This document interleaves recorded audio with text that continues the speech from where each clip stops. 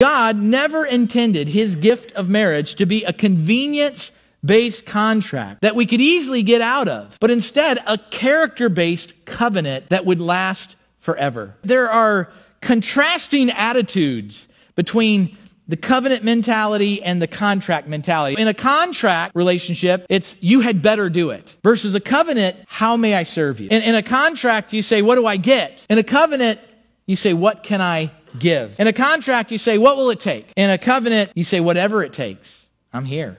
You say, it's not my fault. In a covenant, you say, I take full responsibility. You say, I'll meet you halfway if you meet me halfway. But in a covenant, you say, I'm going to give 100% no matter what. In a contract, you say, I'll be faithful for now. In a covenant, I'll be faithful forever. In a contract, it's a deal. In a covenant, it's a relationship.